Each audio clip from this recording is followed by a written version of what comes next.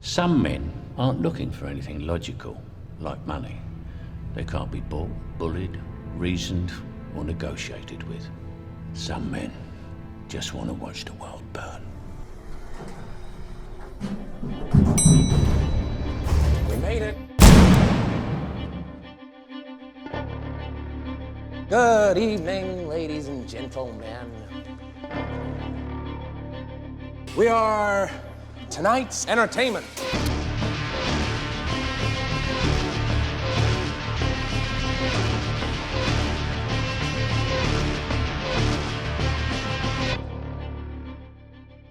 I only have one question. Why so serious? The Joker is one of the most well-known characters that have ever been put to screen, and luckily for us it has been done more than once. There have been almost 20 different versions of the character that have been portrayed by many different actors ranging from on-screen to animation and even in video games. Mark Hamill is perhaps the greatest voice actor for the Joker ever, and has appeared in both the animated Batman series and in other video games. Cesar Romero was the first great on-screen performance of the character, and Jack Nicholson ushered in a new era of what a villain should look like on the big screen. However, there are two that stand above them all.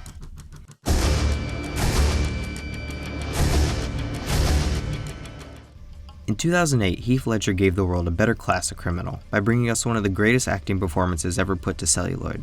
This marked a new era of what comic book characters should be. The Dark Knight was a true masterpiece on its own and single-handedly set the bar for all comic book films in the future, the likes of which have still not been met. Not even by a long shot.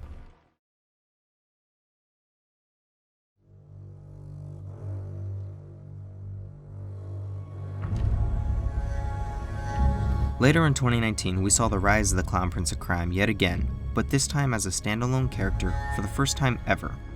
And to the fans' excitement, Joaquin Phoenix more than delivered.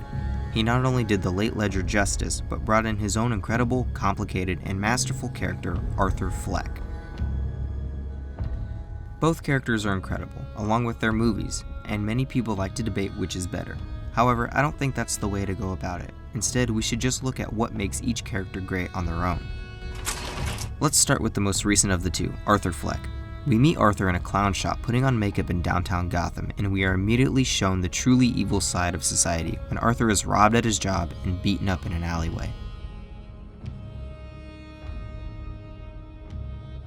We are shown that he trudges up many flights of stairs and walks through many miles of concrete hills just to get home. We are also informed that he has a mental illness in which he can't control his laughter, or as we later learn, his pain. This is the first time we really get to see how the character of the Joker is really formed. His quest throughout the film is just to be recognized for being someone, for just existing. This film shows us the true ugly side of society and why it's a problem. But it's not tragic. In fact, Arthur's life is nothing but a comedy, a laughingstock of the masses.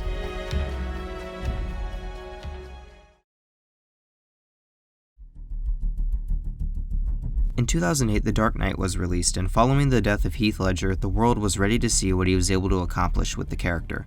And in contrast with Arthur Fleck, we have no idea who the Joker really is. We never truly see him without makeup, or by himself in his personal life. We only see chaos. If Arthur has taught us to love and respect, the Joker teaches us anarchy and the chaos in the highest degree. The mass-murdering clown is unveiled to us in the opening shots of The Dark Knight as a master planner who executes everything he does with incredible precision. Conversely, Arthur is nowhere near this smart. In fact, we barely see him come up with a plan at all. And this is one of the main differences between our two characters. They're adversaries.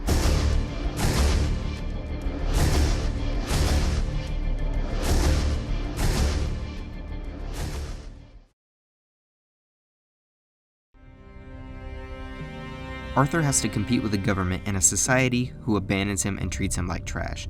Whereas in The Dark Knight, the Joker is competing for the soul of Gotham, not Batman. The main difference between the Joker and Arthur Fleck is where they come from and how they get to where it is they are going. Arthur just wants to be recognized within society as someone that is looked up to, and the Joker just wants to expose the Batman to the people of Gotham. Both films were shot on location for much of filming, and this is where their atmospheres are bone-chillingly realistic. But looking at the movie Joker, we can really get a sense of the 80s with the amounts of garbage everywhere and the super rats crawling throughout the city. The film was digitally enhanced with shots mainly coming from Brooklyn, but overlaid in post with taller, more prominent buildings and a color gamut that comes across as muted and dead. However, the only thing that stands out is the Joker's suit.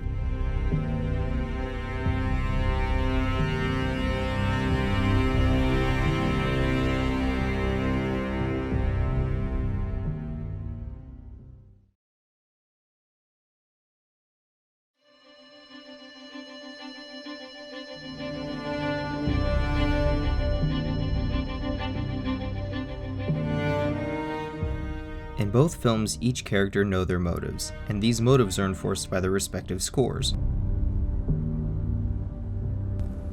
The Joker got his own score throughout The Dark Knight from Hans Zimmer, and Arthur Fleck's score came from Academy Award winner Hildur Guðnadóttir.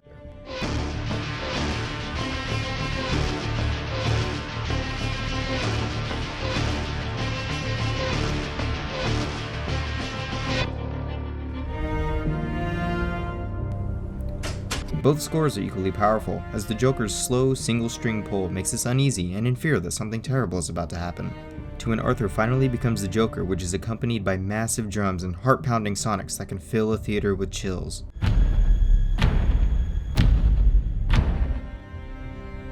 Both command undivided attention, which mimics the essence of the characters themselves.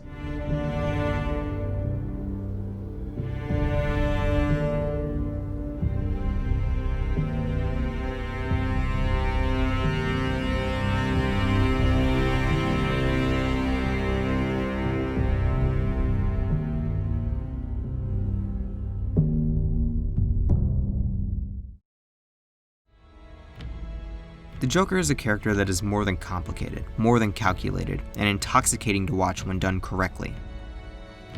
Both Heath Ledger and Joaquin Phoenix did incredible in their respective roles, granting them both Oscars for their work. They are both fully developed characters with motives to their actions, and as Arthur becomes a symbol of hope in Gotham and serves as a means to an end for the people, the Joker in Dark Knight overcomes Batman and wins the soul of Gotham by putting its people to the test in his own social experiments. And neither of them outdoes each other when both films are viewed separately. The Clown Prince of Crime will live on in comics forever, and on the big screen for years to come. And if we have learned anything from the Joker, we know that when the chips are down, these civilized people, they'll eat each other. And as we have learned from Arthur, we must not ignore our neighbors, because madness is a lot like gravity. All it takes is a little push. And with the most recent film in Joker, we have learned lots more about not only the character, but about Gotham, and about ourselves. Because like most, the second I walked out of the theater, I came to the realization that 40 years ago, the Joker was just a product of being thrown into a vat of acid. Yet in 2019, he's a product of society.